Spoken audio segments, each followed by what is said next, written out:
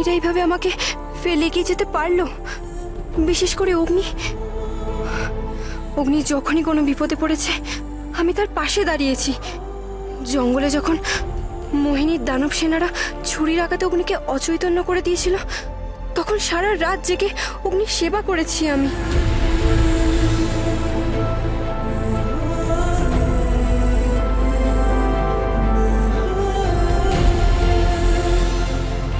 আর আজ অগ্নি আমাকে ফেলে চলে যাচ্ছে শুধু এই কারণে যে আমি আর আগের মতো দেখতে নই। কিন্তু এতে আমার দোষ কোথায়?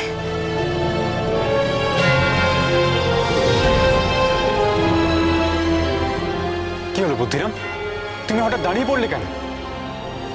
সেনাপতি কন্যাকে কি এভাবে ফেলে রেখে আসাটা ঠিক হচ্ছে যুবরাজ? বুদ্ধিরাম, তুমি কেন বারবার সেনাপতি কন্যা বলে ডাকছো ওকে? সেনাপতি কন্যা ভূমি ছিল, এই মেয়েটা নয়। যদি ধরেও নি যে এই মেয়েটি সেনাপতি কন্যা নয়, তাহলেও কি তাকে এইভাবে একা ফেলে রাখাটা ঠিক হচ্ছে যুবরাজ? দেখো বুদ্ধিরাম, যেদিন থেকে আমরা জাদুবনের বাইরে বেরিয়েছি সেদিন থেকে একটার পর একটা বিপদ আমাদের পিছু নিয়েছে। কখনো বিপদ এসেছে তমস্যার রূপ ধরে, কখনো বা আপিলা চাপিলার রূপ ধরে। তাই এবার বিপদ কার রূপ ধরে এসেছে সেটা তো আমরা বুঝতে পারছি না, তাই না? তুমি একদম ঠিক কথা বলেছো। তোমার মতো এই মেয়েটাকে আমি বিশ্বাস করতে পারছি না। আশ্রম যাওয়ার পথে প্রত্যেক পদে পদে আমাদের বিপদে পড়তে হয়েছে। না না, আর কোনো ঝুঁকি চাই না আমি। আমার মনে হচ্ছে আশ্রমে গিয়েই আমরা ভূমিকে খুঁজে পাবো, দ্বিতীয় কোনো পথ নেই। যুবরাজ, একটা কথা আপনি বোঝার চেষ্টা করুন। এই মেয়েটি কিন্তু রূপমতিকে ফিরিয়ে নিতে বলেছে পরিরানীকে। এই মেয়েটির মধ্যে কিন্তু আমি সেনাপতি কন্যা ছায়া দেখতে পেয়েছি। এই মেয়েটি বারবার মহত্বের পরিচয় দিয়েছে। শুধু তাই নয়, পরিরানী কিন্তু একেই ভূমি বলে সম্বোধন করেছেন। এবার আপনিই বলুন যে পরিরানী কি ভুল করতে পারে বা মিথ্যে কথা বলতে পারে? আমি এত কিছু জানি না বুদ্ধিরাম। ভূমির সাথে এই মেয়েটার কোনো মিল নেই। হতে পারে পরিদা আমাদের ধোকা দিয়েছে, এখানে হয়তো কোনো চাল আছে। আর একটা কথা বুদ্ধিরাম, মোহিনী জানতে পেরে গেছে যে আমি রূপনগরের সিংহাসনের উত্তরাধিকারী। তাই আমাকে হত্যা করার জন্য যে মোহিনী কোনো চাল চালেনি, তুমি কি করে জানলে বুদ্ধিরাম?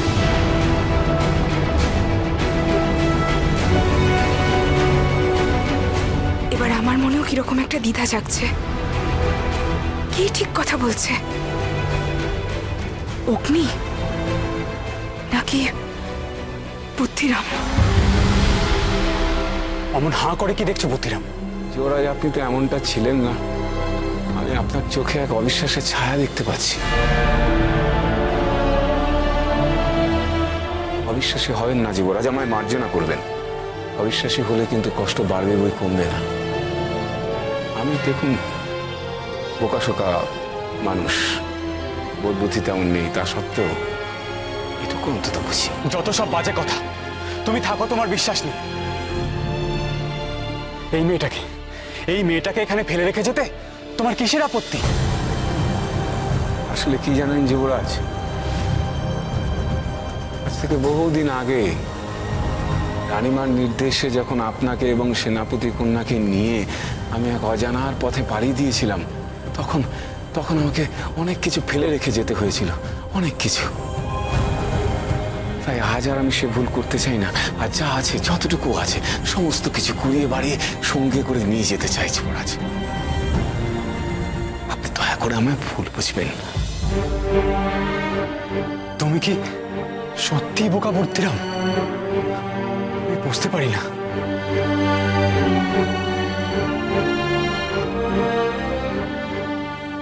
যুবরাজ, তাহলে সেনাপতি কন্যাকে নিয়ে আসি। বুদ্ধিরাম,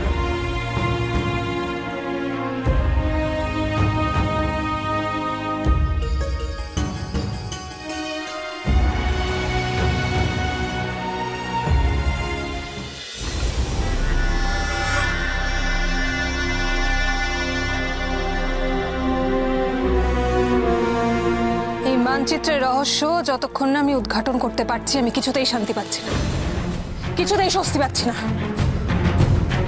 কে বলতে পারবে মানচিত্রে এই জায়গাগুলোর হদিশ আমায় কে দিতে পারবে? জাবালি, হুকুম করুন মহারানী। এই কাজটা তোকেই করতে হবে। এমন লোক ধরে আন যে আমায় বলে দিতে পারবে এই জায়গাগুলো কোথায়, হদিশ দিতে পারবে এই জায়গার। নদী নালার খোঁজ তো নাবিকদের কাছে, রানীমা। সেই জন্যই তো চম্পকনগরীতে গিয়েছিলাম, সেখানে গিয়ে তো সব পণ্ড হয়ে গেল। নদী নালার খোঁজ যে নাবিকরা দিতে পারবে সেটা আমি ভালো করে জানি। কোনো অজানা তথ্য থাকলে দে, নয়তো মুখটা বন্ধ রাখ।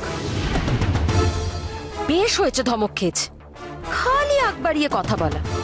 না মানে রানীমা, ইকিরের কথাটা পূর্ণ হলো মনে হচ্ছে কাজের। পুরো দুনিয়াতে চম্পকনগরীর নাবিক ছাড়া কি আর কেউ থাকে না, রানীমা? তার মানে ঠিক কি বলতে চাইছিস তুই? মানে বলছিলাম যে সারা দুনিয়া জুড়েই তো ব্যবসা বাণিজ্য চলছে। হ্যাঁ তো তা অন্য কোনো জায়গা থেকে কয়েকজন নাবিক ধরে নিয়ে এলেই হয়।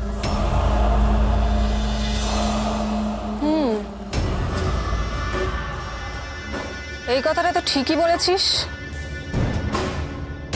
কথাটা তো আমার মাথায় আসেনি আগে। রানীমা, না মানে বলছিলাম যে রানীমা, ইকির মিকির কিন্তু খুব অবাস্তব কথা বলছে। ওদের কথা অনুযায়ী আপনাকে তাহলে এখন দেশে দেশে বন্দরে বন্দরে নাবিক খুঁজে বেড়াতে হবে। সেটা হলে তো অনেক সময় নষ্ট হয়ে যাবে। না রানীমা, আপনি ওদের কথা একদম কান দেবেন না। হ্যাঁ মহারানী, ওদের কথা একদম কান দেবেন না।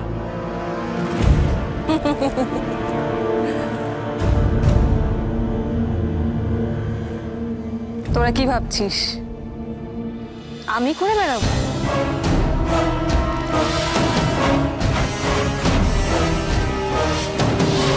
ঘুরে বেড়াবে আমার মায়া। এই দেখ,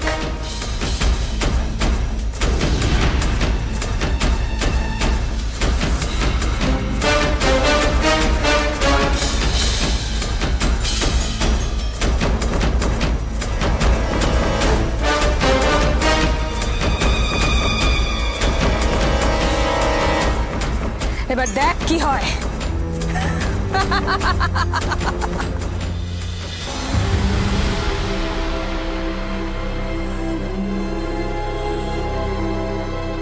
সেনাপতি কন্যা, দেখুন আমি জানি যে আপনি আসল সেনাপতি কন্যা। হ্যাঁ, আপনি যুবরাজ আর হৈমির কথায় কিছু মনে করবেন না। ওদের আসলে মাথাটা একটু গরম হয়ে আছে। আসলে আমরা নানান রকম বিপদের মধ্যে দিয়ে এসেছি তো।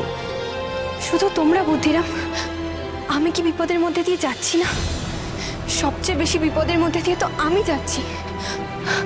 আমার রূপটাই পাল্টে গেছে, আমি আর আমিই নেই। আর আমি যাদের আপনজন ভাবতাম, সেই হৈমি আর অগ্নিই আমাকে অস্বীকার করছে। আচ্ছা বুদ্ধিরাম, আমি কি অগ্নির জন্য কিছুই করিনি? আমার আর হৈমির তো জাদুবন থেকে বেরিয়ে সোজা আশ্রমে যাওয়ার কথা ছিল। এসো, এবার বেরিয়ে পড়তে হবে দীপাচার্যের আশ্রমে। কারণ অন্ধকার হলেই দিক ভ্রষ্ট হবে।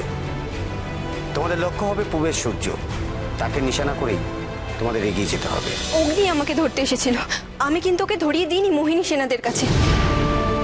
উল্টে ওর কথা মতো আমি ওর গ্রামে গেছিলাম, আর সেখান থেকে অগ্নির যাত্রাপথের সঙ্গে আমি জড়িয়ে গেছি। কই, আমি তো কখনো ওকে দোষ দিইনি। আমি মৌমাছি হয়ে গেলে যে অগ্নি আমার জন্য এত করেছে, আর সেই অগ্নি আমায় চিনতে পারছে না। না না, আপনি ভুল বুঝবেন না সেনাপতি কন্যা। আপনি আসুন আসুন। অত কথা বলার কি আছে বুদ্ধিরাম? অত সময় নেই আমাদের কাছে। দেখলে বুদ্ধিরাম, দেখলে আচরণটা? আমি যাব না, তুমি চলে যাও বুদ্ধিরাম। এই দেখো, আপনি এভাবে মাথা গরম করবেন না সেনাপতি কন্যা। আপনি আমার সঙ্গে চলুন। আপনাকে এইভাবে ফেলে রেখে যাওয়া আমাদের পক্ষে সম্ভব নয়। যুবরাজ যাই বলুন, আপনি কিছু মনে করবেন না। আমি স্বয়ং আপনার পাশে আছি। আপনি চলুন চলুন, আসুন।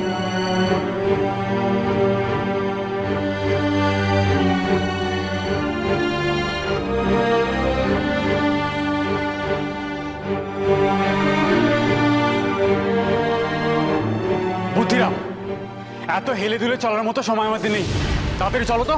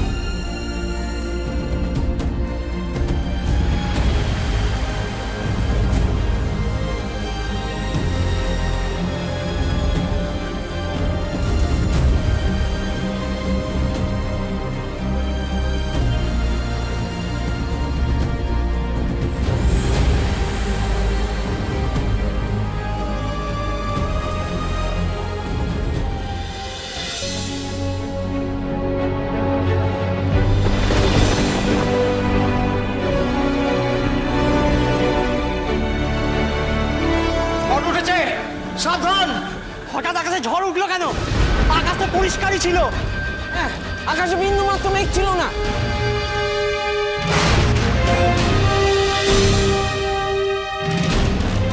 হঠাৎ সব দেখো উদা হয়ে গেল।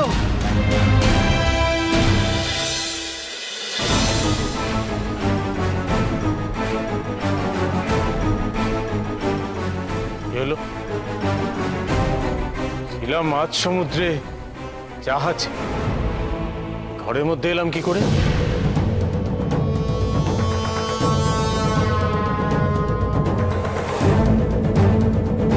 না, তো সাধারণ কোনো ঘর নয়, কারাগার।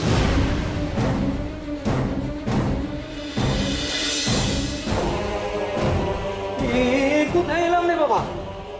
অবাক কাণ্ড! এই তো জাহাজ চালাচ্ছিলাম, হ্যাঁ একটা ঝড় উঠেছিল বটে, কিন্তু এখানে কি করে এলাম? মাথায় তো কিছু ঢুকছে না। তার মানে আমরা এই কজনই একইভাবে এখানে এসে পৌঁছেছি। তার মানে এর পেছনে নিশ্চয়ই বিশেষ কোনো কারণ আছে। কিন্তু কিন্তু জায়গাটা কোথায়? কোথায় এলাম আমরা?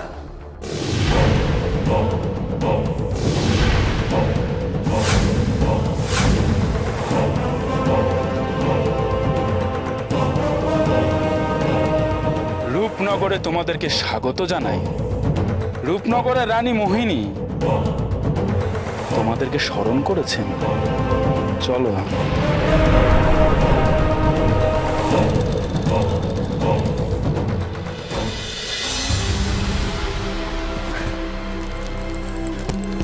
কি ব্যাপার কি বলো তো?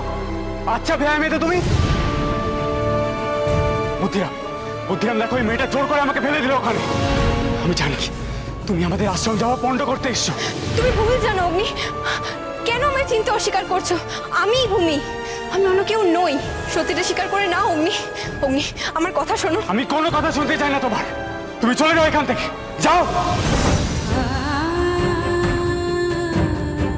তুমি আমাকে তাড়িয়ে দিচ্ছ অগ্নি? হ্যাঁ, দিচ্ছি তাড়িয়ে। তার কারণ তুমি ভূমি নও। যাও যাও, এখান থেকে চলে যাও। তুমি চলে যাও এখান থেকে। তুমি আমাদের সাথে আসার পর একটার পর একটা দুর্ঘটনা ঘটছে আমাদের সঙ্গে। হৈমি, তুইও আমাকে চলে যেতে বলছিস? হ্যাঁ বলছে, হৈমি একদম ঠিক কথা বলছে। তুমি আমাদের মধ্যে থাকায় আমাদের মধ্যে অশান্তি বাড়ছে। যুবরাজ এভাবে কথা বলবেন না। তুমি থামো বুদ্ধিরাম, এত মহান হওয়ার চেষ্টা করো না।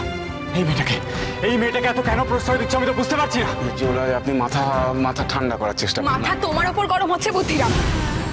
ও ভূমি নয় এটা জেনেও তুমি ওকে ভূমির জায়গায় বসাতে চাইছো। জোর করে আমাদের সাথে ডেকে আনলে। ঠিক আছে, যেমন সোহাগ করে ডেকে এনেছো তেমনি তুমি ওকে চলে যেতে বলবে। যাও যাও, বলো। আর তুমি যদি এখন এখান থেকে চলে না যাও, তাহলে বুঝবো তুমি আমাদের ক্ষতি করতে এসছো।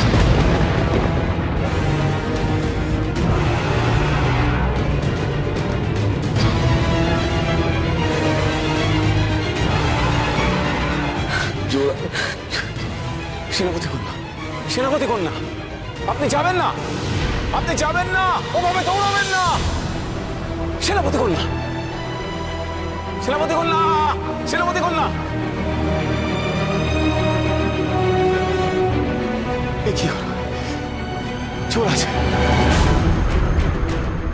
যুবরাজ, যুবরাজ, এটা আপনারা কি করলেন? আপনারা দুজনে মিলে এমন অপমান করলেন, সে চলে যেতে বাধ্য হলো। আপনারা জানেন তার পায়ে কাটা ফুটেছে, অসম্ভব যন্ত্রণা হচ্ছে, সে যন্ত্রণা নিয়ে সে ছুটে চলে গেল। কোনো মানুষ এভাবে আরেকটা মানুষকে অপমান করতে পারে বলুন তো? আপনাদের আমি কত করে বোঝাচ্ছি যে সেনাপতি কন্যা এই আসল সেনাপতি কন্যা। কিছুতেই আমার কথা আমল দিচ্ছেন না, কিছুতেই আমার কথা আপনারা বিশ্বাস করতে চাইছেন না। কেন কেন বলুন তো? এইভাবে ছুটে চলে গেল, কি হবে এখন? কি বললেন এটা? সেনাপতি কন্যা, ওভাবে দৌড়াবেন না। সেনাপতি কন্যা, সেনাপতি কন্যা। তাহলে কি ওই ভূমি, ওই আমার বোন, তাই জন্য আমার কথায় কষ্ট পেয়ে এভাবে চলে গেল? আমি কি কোনো ভুল করছি, নাকি আবার কোনো ফাঁদে পড়ছি?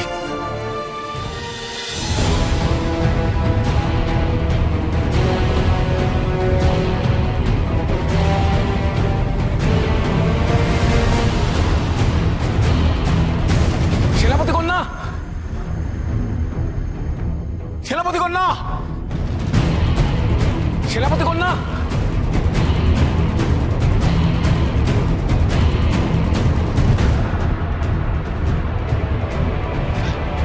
সেনাপতি কন্যা, সেনাপতি কন্যা।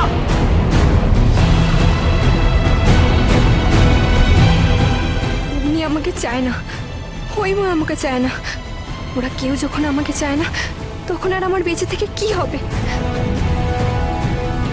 ওরা আমাকে এমন আঘাত দেবে, অপমান করবে, আমি কল্পনাও করিনি। না, আমি আর বাঁচবো না। যাদের সঙ্গে নিয়ে বাঁচতে চেয়েছিলাম, তারাই যখন... না, আমি মরবো, আমি মরবই।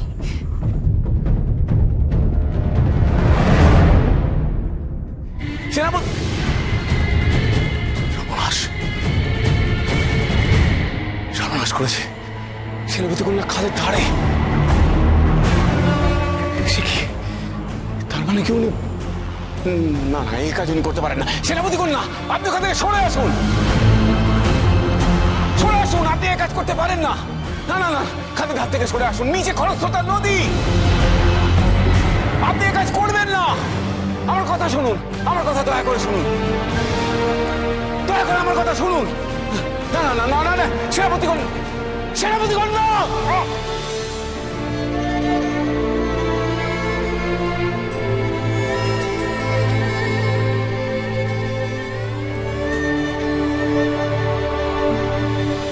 আর তুমি যদি এখন এখান থেকে চলে না যাও, তাহলে বুঝবো তুমি আমাদের ক্ষতি করতে এসছো।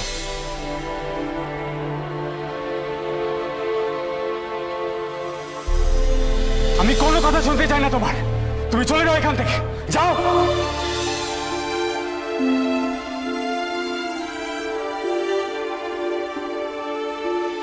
তুমি চলে যাও এখান থেকে।